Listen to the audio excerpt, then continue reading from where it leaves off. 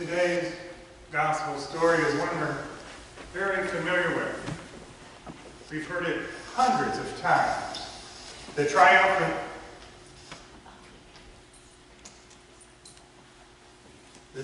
Ride to Jerusalem.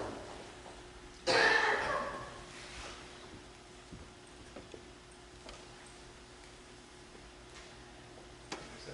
we go. It's a grand procession. As I just talked about, the joy comes exuberated on that day. Just as we reenacted today what often for many of us is a fond memory of our own childhood. John Wesley notes that Hosanna, Lord save us, was a solemn word in frequent use among the Jews. The meaning is, we sing Hosanna, Lord save us, to the Son of David. Blessed is he, the Messiah of the Lord. Save thou that art in the highest of heavens. Our Lord actually restrained all public tokens of honor. And it's just making a lot of noise. Maybe we're bringing it in a little bit. Or it just did not cooperate today. Let's see if that does better. Am I not getting any hissing now? Well, a little bit. I guess it's just going to hiss. So, our Lord restrained from many public forms of tokens of affection, of honor, from the people until this day.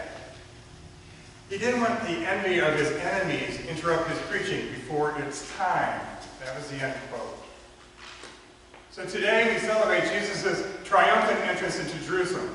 Today is also known as Passion Sunday, and many churches are reading a whole Passion play today. But because we have Monday, Thursday, and we have Good Friday that tells the rest of the story, we'll let the week play out as it does.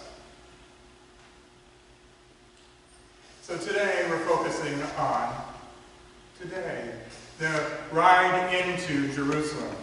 Marcus Board with John Dominic Crossan have a book titled The Last Week. And it gives us a picture of what is actually happening. It's kind of the rest of the story, if you will. You see, two processions entered Jerusalem on a spring day in the year 30. One was a peasant procession, the other an imperial procession. From the east, you are just not going to cooperate today.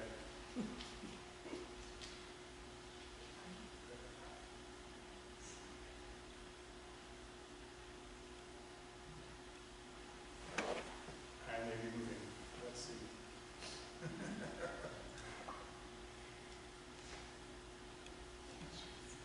From the east, Jesus rode on a donkey down the Mount of Olives, cheered by his followers, and yet on the opposite side of the city, from the west, Pontius Pilate, the Roman governor of Idumea, Judea, Samaria, entered Jerusalem at the head of a column of imperial cavalry of soldiers. Jesus' procession proclaimed the kingdom of God, and Pilate proclaimed the power of empire. Most people don't realize that Pontius Pilate rode into Rome that day. He was sent down during the high holidays to make sure that there was no trouble. And yet during this time, there had already been trouble, and they were anticipating more. Now you can imagine the imperial procession's arrival in the city, a visual panoply of imperial power. Cavalry on horses, foot soldiers, leather armor, helmets, weapons, banners, golden eagles mounted on poles, some glinting on metal and gold. The sounds, the marching of feet, the creaking of the leather, the clinking of the bridles, the beating of the drums, the swirling of the dust, the eyes of the onlookers, some curious, some awed, and some resentful.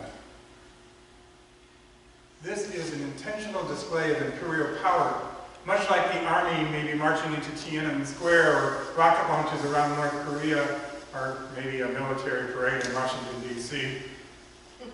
This is to instill fear and to remind people who is in charge. Sometimes it's a warning to people, sometimes it's a warning to other countries. It's also a warning to anyone who may think about offering any kind of resistance, that there is a whole army waiting to react. The display was to be not just a display of military might, but that of religious authority as well. See, according to the theology of Rome, the emperor was not simply the ruler of Rome, but the Son of God, and Pontius was his representative. This all began with the greatest of emperors, of Augustus, who ruled Rome from 31 before Common Era to 14 Common Era. His father was the god Apollo, who conceived him in his mother Atia. Inscriptions refer to him as Son of God, Lord and Savior, one who brought peace on earth. And after his death, he was seen ascending into heaven to take his permanent place among the gods. His successors continued to bear divine titles, including Tiberius, who was the emperor from 14 to 37. So he's the emperor during the time of Jesus' public activity. And for Rome's Jewish subjects, Pilate procession not only embodied a rival social order, but a rival theology. Jesus' procession, if we look at it as it is written in the Gospels, seems like a very deliberate, planned political action. He tells his disciples where to find the colt and just mentioned that the master needs it and has understood who's it for. So it might be an assumption, but I would say since nobody questions the disciples, the owner probably was a follower of Jesus. People of that time had to be very conscious of the symbolism. The direct contact of Jesus was presented. Jesus is coming into a town riding on a donkey, the lowliest of animals. His army are all peasants and common folk. They are hailing him as the king, mocking that of Pontius' entrance. Jesus' procession was deliberately countered what was happening on the other side of the city. Pilate embodied the power, the glory, the violence, and empire that ruled the world. And Jesus' procession embodied an alternative vision of what the kingdom of God could look like. You know, when I was writing this and reflecting on it, it's hard to believe that just a year ago, Palm Sunday, there was an amazing protest happening around the United States, a movement, a march. The powerless against the powerful. The students at Stone and Douglas High School had started something that, let's be honest, probably should have been started a long time ago. On 60 Minutes, the students were asked, what makes you think you guys could do more, that this could be different? The thing about it is we are the generation that had to be trapped in closets waiting for police to come or waiting for a shooter to walk into our door, they said.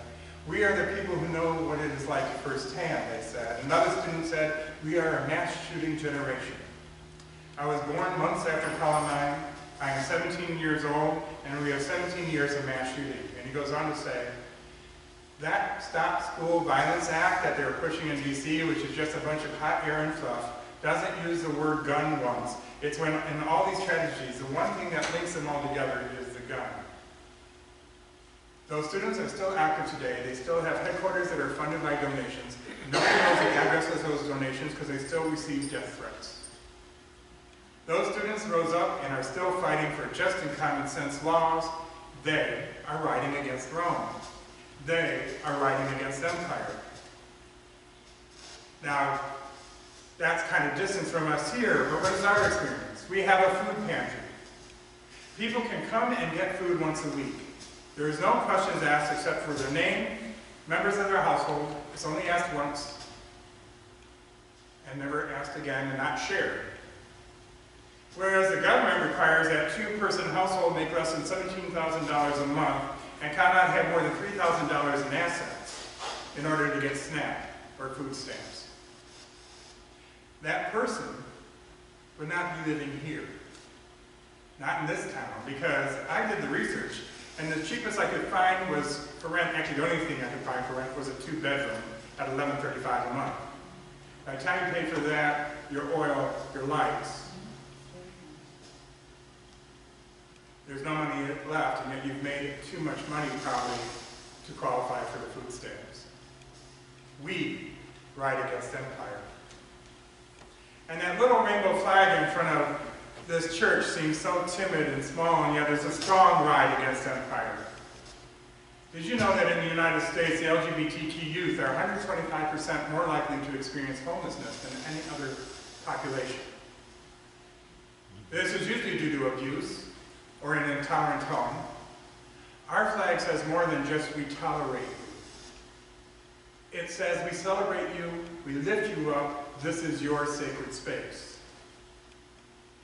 And that means a lot in a country where it is still legal to discriminate against LGBT folks in 11 states. In this day and age, it amazes me that only 21 states, the District of Columbia, get this, Guam and Puerto Rico, protect against both sexual orientation and gender identity discrimination, both in public and private sectors. Guam and Puerto Rico. Wow. As a congregation of 3 denominations, we stand on solid ground in our proclamation of no matter who you are or where you are on life's journey, you are welcome here. We are riding against empire. Now, all these things I listed are amazing movements. And this is Palm Sunday, and those kids and young adults and our food pantry and our congregation and our denominations were and are Jesus on a colt riding into Jerusalem. It isn't a metaphor. We are literally doing it day by day, step by step. At one time, I'm going to ask about today's gospel reading. As you visualize this event, could you see yourself in this story? Would you have been one of the people joyously celebrating, welcoming the new king into your city, believing that this man was going to change everything right away? This man, the one who is always causing trouble, breaking tradition, is in opposition not just to Rome, but the religious authorities as well. Would you welcome him knowing that at any moment trouble could break out and you might be caught up in it?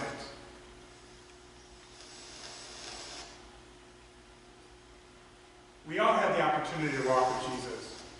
We can bring service to those who are food compromised.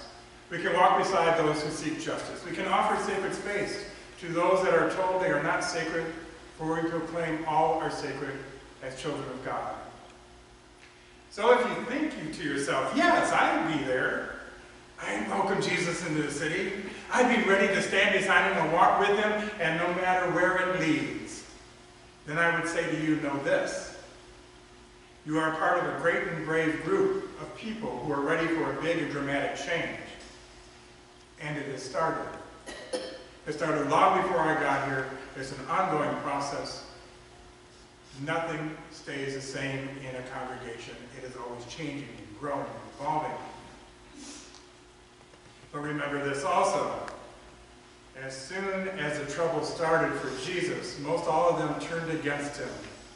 They asked for a murderer to be released from him. So who are you in this Palm Sunday story? Can you picture yourself maybe being a colt? An innocent creature living in servitude who is suddenly thrown into the spotlight.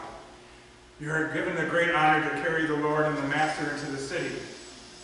You alone have been chosen to be blessed and to touch the living Christ. The excitement of the crowd is energizing and terrifying at the same time, and yet, when it is all over, you go back to what you were doing. You go back to what you were doing before, no better and no worse for it. Your life just goes on as it always did. Maybe, just maybe, you're one of the Roman guards on the far side of the city. Part of the big corporation, a good soldier, following orders and doing what you're supposed to do. Maybe you heard something about this man about town. There are rumors, there are stories. And oddly enough, you're called to stand guard in an execution that turns out to be this Jesus that you've heard so much about. And when the centurion who stood there in front of Jesus saw how he died, he said, surely this man was the Son of God. Knowing all this history, all this conflict, knowing what might be, knowing what might have done in the story, who we might be, knowing that all this triumphant celebratory entry into the city will only end on a hill, Jesus comes. Despite all that, Jesus comes, and because of all this, because of all you, because of all us, all of humanity, Jesus comes. Because there is poverty in the world, Jesus comes. Because there is hunger in the world, Jesus comes. Because there are migrants who are seeking a better life, Jesus comes. Because there are worn, torn parts of this world, Jesus comes. Because the planet and all things living upon it are crying out for justice, Jesus comes. Because there are those who need just and equal health care, Jesus comes. Because people need disaster relief in Puerto Rico, in Florida, and where the fires are, where the tornadoes are hitting. They need food, they need electricity, they need roofs. Jesus comes.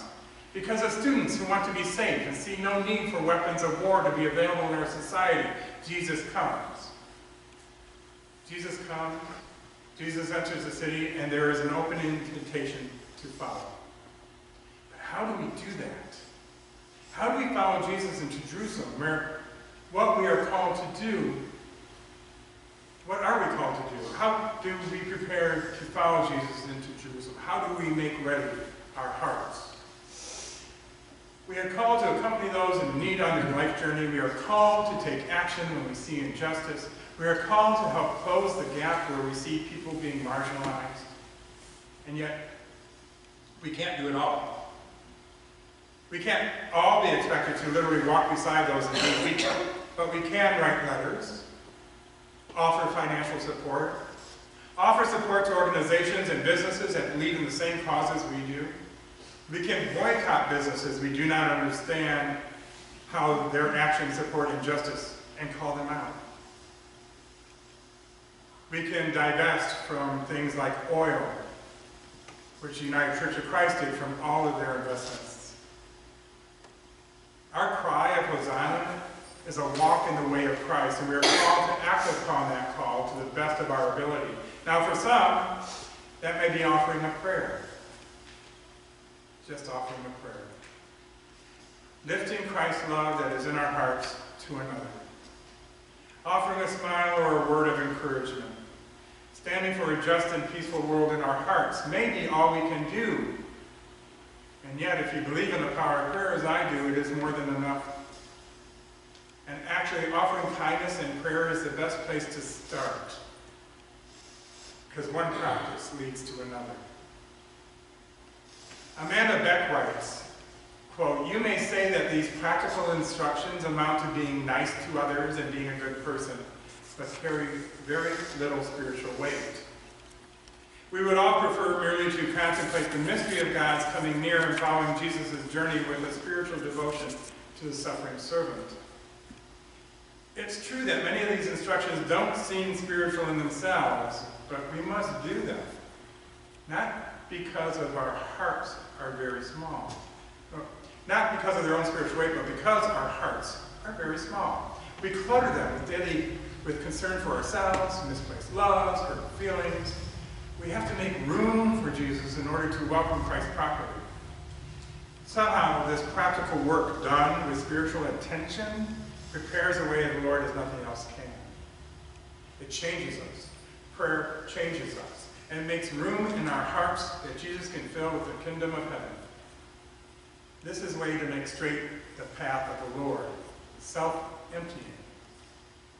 There's no other way to let Jesus' message sink in, and there's no other way to follow our Lord than to walk in his footsteps. Jesus' life was one of self-emptying and service to God and humanity. And so, we make our lives as best we can in that likeness. If there was ever a week to get this right, this is it, she says. If there was ever a point in the Christian narrative to step out of the way, get ourselves out of the way, and let the story of the divine love continue, this is it, she says. And so on this day, when we gleefully welcome Jesus into Jerusalem, with all the knowing and all the anticipation of the spiritual practices of this week, this is the time to spend spiritually on ourselves. This is a week to practice spiritual centeredness and forgiveness and seek right living, or ways to help make living right, so that we can not only be spiritually present to each other, but to the community around us. This week can be used as a ramp, used to ramp us up for the rest of the year, so that we're here as the Federated Church of Marlborough, may put our faith into action through our commitment to compassion and justice, so that as individuals and as a congregation we address the needs and challenges of inequality in our communities and the world around us, as we seek ways in which we may join others to advance social and environmental justice. You're all doing a lot individually and collectively as a congregation, but this week is for yourselves. Just you and God. This week is about re-energizing ourselves as Christians as we live into our story. Look for yourself in the story. Look for what moves you. What shifts you spiritually this week. Watch for the story as it continues to unfold around you. Jesus' walk to Good Friday is one of Christianity's richest traditions, and it empowers and inspires so that we may be who we are called to be, as Christ was called to be in this world. As we are called to engage in the three great loves, the love of neighbor, love of children, and love of creation. And so this week, take advantage of the spiritual practices being offered. Join us on Monday, Thursday for a simple supper. And we're not doing the washing of the feet like they do in many traditions. We will be washing each other's hands, offering service to our neighbor in a simple act of kindness. Join us Friday morning as we walk the journey, the Stations of the Cross, with a twist. It's the Stations of the Cross for the poor. And it's a video presentation, which makes it a little easier of shuffling papers, and we're not walking from station to station as they do in other traditions. But we'll come together to pray and to sing and to listen to the journey of Christ to the cross. And then join us, if you're brave enough, on Easter Sunday morning, sunrise service at the Meeting House Hill. Hopefully it won't be too muddy. We need rain, but not too much this week, that's what I said. And if that service isn't for you, then you can join us on our regular Sunday service here as we rejoice and share the message of the risen Christ. This week is for you to take a spiritual journey on one of the most sacred weeks in our season. May the peace and love of Christ be with you today and throughout this week. Amen. Now please rise and bow for our spirit as you're able to join the hymn. I think it's in